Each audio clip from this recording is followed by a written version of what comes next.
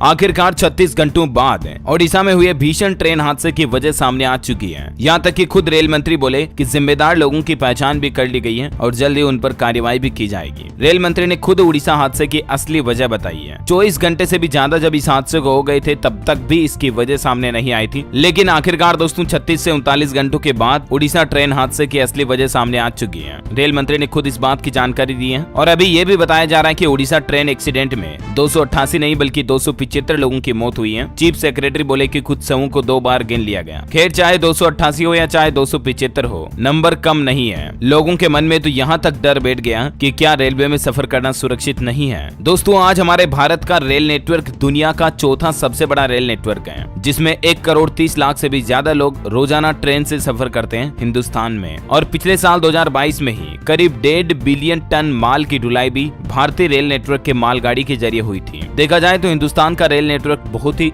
विशाल है और इस विशाल नेटवर्क में इस तरह की खामियां, इस तरह की सुरक्षा में चूक और इस तरह की अधिकारियों की लापरवाही अगर दिखी जाए तो जाहिर सी बात है लोगों को रेलों में बैठने से डर लगने लगेगा। आइए देखते हैं कि आखिर उड़ीसा ट्रेन हादसे की असली वजह क्या है। किस एक गलती ने 260 से भी ज्यादा लोगों की जिंदगियां छीन ली। लगभग 250 से 300 लोगों के इन परिवारों को कौन कहेगा कि हाँ, मैं जिम्मेदार हूँ आपके परिवार के सदस्य को छीनने के लिए। आखिर कौन लेगा इसकी जिम्मेदारी। आइए देखते हैं कि रेल मंत्री की तरफ से क्या शुरुआती जांच में ये बड़ी वजह सामने आई है इस हादसे को लेकर। ताजा रिपोर्ट में बड़ा खुलासा हुआ दोस्तों उड़ीसा ट्रेन हादसे की वजह पर रेल मंत्री अश्विनी वैष्णव का कहना कि इलेक्ट्रॉनिक इंटरलॉकिंग बदलने की वजह से ये बड़ा हादसा हुआ। आखिर ये क्या है इलेक्ट्रॉनिक इंटरलॉकिंग, क्यों इसे बदला गया, क्या जरूरत पड़ी। कई लोग तो ये भी सोच रहे हैं कि ये कोई हादसा है या बड़ी साजिश। आइए मैं आपको एक एक चीज कांच की तरह क्लियर समझाने की कोशिश करता हूँ। आपको पता होगा हाल ही में इंडियन रेलवे ने कवच सिस्टम जारी किया था, जिसके मुताबिक 2 ट्रेनें एक दूसरे से टकरा नहीं सकती है। हालांकि दोस्तों अभी इस हादसे में रेल मंत्री ने कवच सिस्टम की गैर मौजूदगी को हादसे का कारण नहीं माना है। उन्होंने कहा कि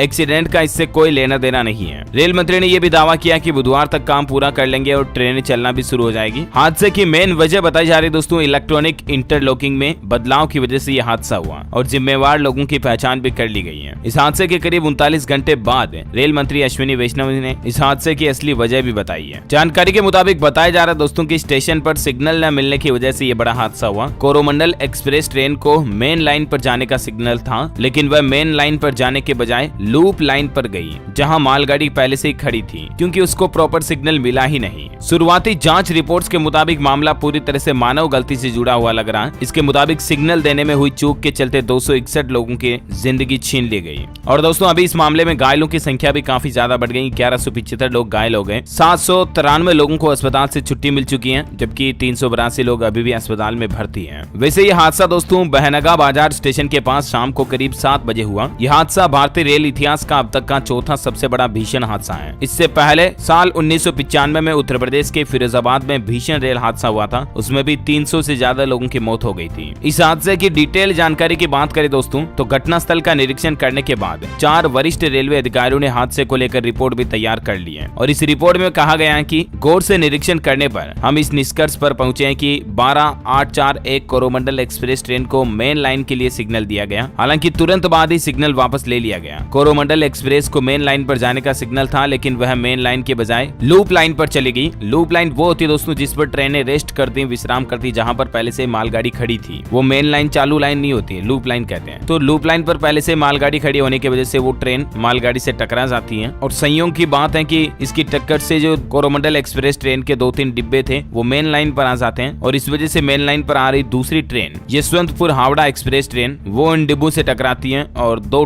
यात्री ट्रेनों की भीषण टक्कर के बाद ये बड़ा हादसा हो जाता है। आगे की बातें तो आपको पता ही है। तो कहीं ना कहीं देखा जाए दोस्तों तो ये हादसा बड़ी मानवीय भूल की वजह से ही हुआ है। अब जिम्मेदार लोगों के नाम और उनकी पहचान तो मीडिया में लीक नहीं की जा सकती है, लेकिन प्रशासन को जरूर उन लोगों पर सख्त कार्रवाई करनी चाहिए जिनकी वजह से ये बड़ा हादसा हुआ। हम इस ट्रेन हादसे में जान गंवाने वाले सभी लोगों के लिए प्रार्थना करते हैं ईश्वर उनकी आत्मा को शांति दे और इनके परिवारजनों को इस मुश्किल घड़ी में खड़ा रहने की हिम्मत दे, हौसला दे। जय हिंद, जय भारत, वंदे मातरम।